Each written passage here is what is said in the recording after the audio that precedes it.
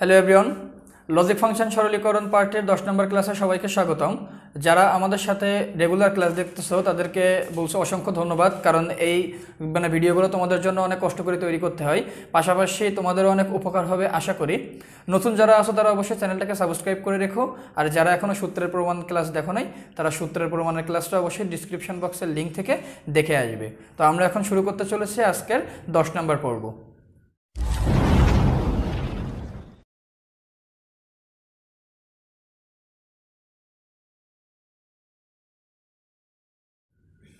দেখো 10 নম্বর পর্বে আসলে কি বলা হচ্ছে, এফ সমান A plus B not plus A B টোটালটার মাথায় নট। এখানে একাধিক পরিমাণে নট আছে। আমরা কিন্তু আগেও একটা ভিডিওতে তোমাদেরকে বলছিলাম যে যদি একাধিক নট থাকে সবসময় বড় নট যেটা তার কাজটাকে আগে করতে হবে, তারপরে যদি ধাপে ধাপে 2টা বা 3টা নটও অনেক সময় থাকবে সেক্ষেত্রে বড়টা আগে, তার থেকে যে ছোট আছে তারপরে তার কাজটা, তারপরে তার কাজ, এইভাবে বাই সিরিয়াল আমাদের কাজটাকে করতে হবে। এখানে যেহেতু 2টা নট আছে আমরা যে কাজটা করব বড় নটটার কাজ আগে করে নেব। সো বড় নটটার কাজ যদি করি, দেখো এ প্লাস বি নট এই টোটালটাকে একটা অংশ ধরা যায় আর এ বিকে একটা অংশ ধরা যায়, সেই অনুযায়ী মাঝখানের প্লাস, অর্থাৎ এই 2টা পদ মাঝখানে প্লাস আছে। তো এই 2টা পদকে যদি আমরা ভাঙি, তো ডি মর্গানের সূত্র অনুযায়ী ভাঙলে কি হবে, দেখো এ প্লাস বি তাদের পার্সোনাল নট থাকলো, প্লাসটা ভেঙে গুণ হয়ে যাচ্ছে এবং এ বি।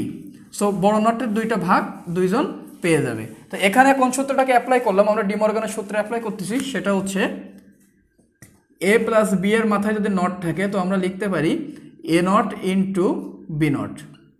সেই অনুযায়ী আমরা এই মানটাকে তৈরি করলাম যে A plus B not plus A B টোটালটার মাথায় নট ছিল, আমি 2টা নটকে ভেঙে দিলাম এবং ইন্টু করে দিয়ে দুই পাশে সমান ভাগে তাদের যে নটের ভাগটা দিয়ে দিচ্ছি।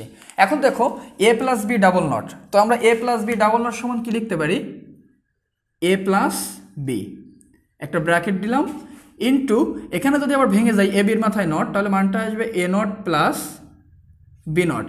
এখন প্রথম ক্ষেত্রে দেখো কোন সূত্রের কাজটা হচ্ছে এ প্লাস বি ডাবল নট সমান, তো আমরা এখানে যেটা সূত্র অ্যাপ্লাই করছি সেটা হচ্ছে এ ডাবল নট সমান একটা এ, তাহলে এ প্লাস বি ডাবল নট সমান একটা এ প্লাস বি, সেই অনুযায়ী আমরা মানটাকে এ প্লাস বি করলাম এবং এখানেও ডি মর্গানের সূত্র অ্যাপ্লাই হয়েছে, সেটা হচ্ছে A B not equal to A not plus B not. এটা সরাসরি একটা ডি মর্গানের সূত্র, সেই সূত্রের অ্যাপ্লাইটা আমরা ওখানে করে দিলাম।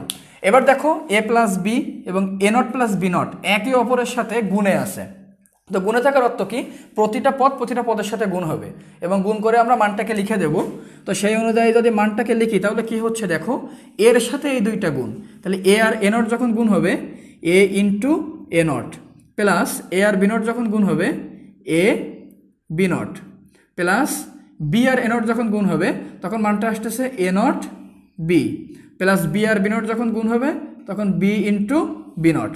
এই মানটা আমরা পেয়ে যাচ্ছি গুণ করার ফলে। আমি গুণটা একটু দ্রুত করলাম, তারপর আরও একবার বলে দিচ্ছি, যেহেতু একে অপরের সাথে গুণ আছে অর্থাৎ প্রতিটা পদের সাথে গুণ আছে, সেই অনুযায়ী কি হচ্ছে, এটা প্রথমে এ নটের সাথে গুণ হচ্ছে, তাহলে এ আর এ নট গুণ হইলে এ ইন্টু এ নট, এরপরে এ আর বি নটের সাথে গুণ হচ্ছে, তাহলে এ আর বি নট গুণ হইলে এ বি নট। ব্যাস, আমার এর গুণের কাজটা শেষ। এবার আমি যে কাজটা করতেছি বি দিয়ে গুণ করতেছি, তাহলে বি আর এ নট যদি গুণ হয় আমি একটু সাজায় লিখলাম যে A not B, so A not বিটাকে লিখছি এবং বি আর বি নটটা গুণ হইলে মান আসতেছে বি বি নট, এই মানটা হচ্ছে আমি পেয়ে যাচ্ছি। এবার দেখো কি হচ্ছে, এখানে 2টা সূত্র পাচ্ছি, একটা হচ্ছে এ ইন্টু এ নট আর একটা বি ইন্টু বি নট।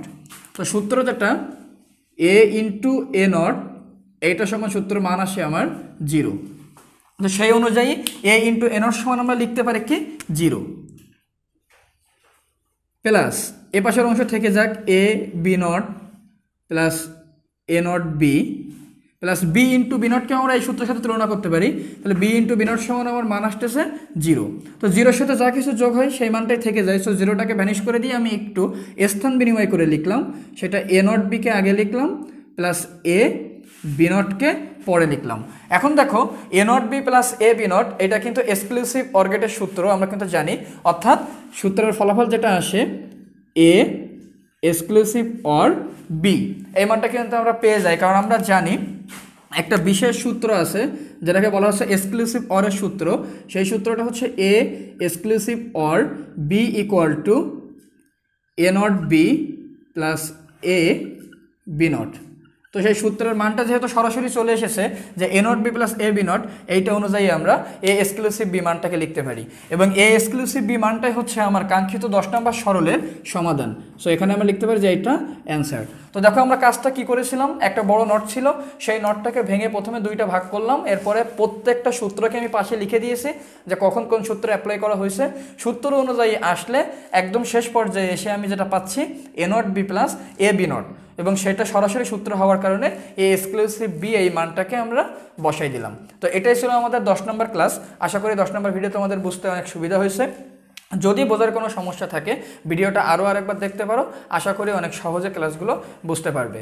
আর এরপরেও যদি মনে হয় যে তুমি কোনো কারণে ভিডিওগুলো বুঝতেছো না, তোমাকে বলা হবে যে সূত্রগুলো আরও আরেকবার দেখো, সূত্রগুলো একবার একটু বোঝার চেষ্টা করো, আশা করি খুব সহজে এই সরলীকরণগুলো বুঝতে পারবে।